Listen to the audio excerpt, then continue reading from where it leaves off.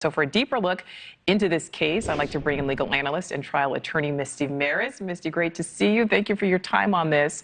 First of all, how significant is it that Musk was supposed to appear in court in person and did not?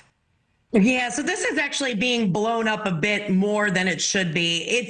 He was required to appear for what was a state court filing for an injunction. His legal team sent a removal motion. That means remove the case to federal court. So Musk not showing up at the state court proceeding really is either here nor there, because the state court can no longer hear the case at this point. It's now under the guise of federal jurisdiction. So the federal court is going to make the decision about whether or not the case stays in federal court or is ultimately moved back to state court. But at this point, his showing up, this wasn't defiance of a court order. This was made sense procedurally based on what happened with that removal motion. All right, so Missy, explain what this Philadelphia judge did today, and then specifically what it means going forward. So it's important to understand exactly what the issues in this case are about. So on the one hand, you have the state court issues raised by the district attorney.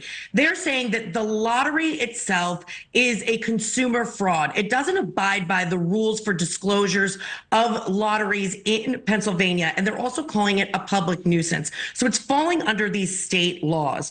Now, what Elon Musk's team is saying is that this all relates to the federal election laws. It all relates to the presidential election. And the super PAC that's actually distributing the money is a federally registered entity. Therefore, federal court is the appropriate venue. Now, what the judge did here is what happens in any case where you have a removal motion. Basically, the judge in the state has to wait for the federal court to make a determination about who has jurisdiction. So this is kind of in the procedural area where the state court judge really couldn't do anything meaningful in this particular time frame. All right, so Missy, also the Philadelphia district attorney, he's claiming that he is now the victim of numerous social media attacks, many of them anti-Semitic. We know that Musk has posted about this lawsuit to his millions of followers. He obviously owns and operates X, so it means he owns and operates those algorithms. How does that potentially influence what happens? So it's actually not really a part of this case. That's more about a safety issue relating to those involved with the litigation.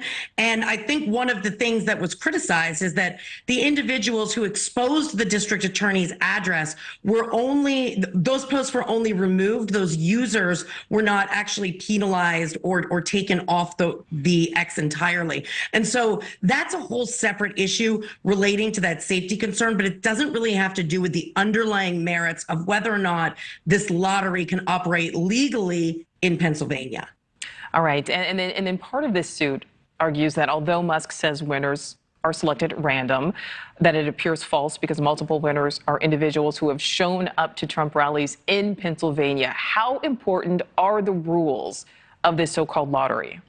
So that's actually one of the important issues, because that relates back to the statute in the state of Pennsylvania about consumer frauds. Basically, are people being duped? Is there not transparency in the rules of this lottery or the stakes to potentially win the lottery? And does it abide by those rules? So that's one issue, the state court issues. And that's what the district attorney was talking about. At its core, these are state law issues, not federal issues. Now, again, Elon Musk is saying, well, this all falls under a federal umbrella. And so whether or not the lottery itself, which again, the distinction legally is that individuals are asked to sign a petition not to register to vote. So that's the federal component of it. The Department of Justice has said they're investigating, but hasn't taken the same steps as the state has. The state is saying this has to stop right now. That's on pause. Federal government is saying we're looking into it, but has not sought an injunction to stop it in its tracks. So there's a lot of different moving parts. And the first issue to clear up, what court matters? What court is going to make the decision on this? So last question for you. I mean, 5 days to go at this point, Missy. So it looks like this lottery will be able to continue operating, so to speak. Yeah, well, as of now, until the federal court steps in, schedules a conference, makes a decision about whether or not to send it back, it's a real tight time frame for this to stop before the election, which is just right around the corner. It's obviously imminent. So unlikely to have a result on this anytime soon. All right. Misty Marris, thank you so much for weighing in. Thanks, Nicole.